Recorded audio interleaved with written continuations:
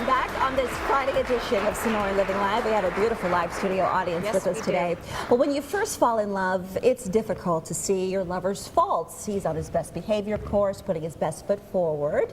That's right, but what happens when Prince Charming turns into Prince Harming?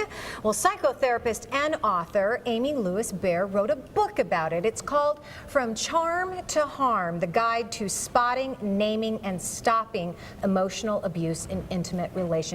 And welcome to Sonoran Living Live, Amy. What an important topic. It absolutely is. And here's what I think that most people, the stuff that you can see and hear outwardly, it's recognizable. But there's so many subtleties that build up to the dynamics of a fallen relationship. How do you recognize them from the very beginning and know that, you know what, maybe this relationship isn't for me?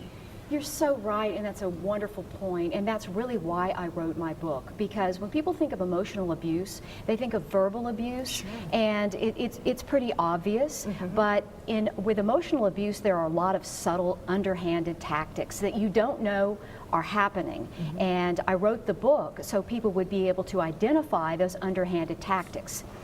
Let me say that emotional abuse is manipulating another person's thinking, feeling, and behaviors for some kind of personal benefit, and a lot of that is done through deception, denial, power plays. There are a lot of very subtle things going on, and it's so important to recognize that. And you know, it's interesting because if somebody was getting physically abused, they'd have a black eye, they'd have a bruise. You can actually see the signs. But so many people hide emotional abuse and shame because they feel like, why would I complain about this? What are the signs that we should look for? Yes, well, it's very important because people who are being emotionally abused, they sort of, the abuser whittles away at their self-esteem, and they get blamed for everything. So in a love relationship, you think, well, let me look at this. Maybe there's something I'm doing. And you start to feel bad about yourself, and you question yourself. So that's why it's hard to spot. What are those examples, though? There are examples. Well, first of all, I have about 80 emotional abuse tactics in my book. And in most of them, there is a term that I call objectifying. And that's not acknowledging the feelings, needs, preferences, and opinions of your partner. And so some of the tactics I have in the book, there's one that I call twist and pout. It's twisting the truth, twisting the blame for bad behavior onto your partner, and then pouting to reinforce that claim.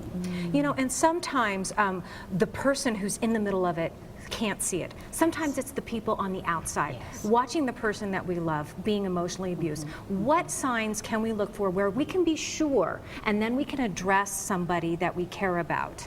Or should we? Yes, and that's very important. If you see a loved one in an emotionally abusive relationship, it's very important to know what emotional abuse is, recognize the dynamics, and be able to talk to your loved one about them, about that. Have a serious conversation.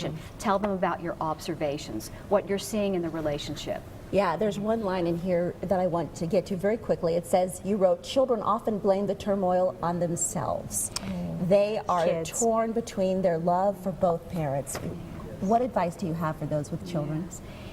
Children are deeply impacted by being in an emotionally abusive household because they're confused. They love both parents, and they don't know what to think. Their minds aren't mature yet, and so they interpret things in a child's way, and they usually end up blaming it on themselves. Maybe it's something I've done. That's why mommy and daddy are fighting so much. Yeah, it's a sad, sad situation. Hopefully preventable with the help of your guide. Thank you so much. Oh, Amy, thank you. We have put so much more information, including where you can get the book, on sonoranliving.com. And everyone in our live studio audience is going home with a copy of Amy's book, From Charm to Harm, the guide to spotting, naming, and stopping emotional abuse in intimate relationships. Amy, thank you so much.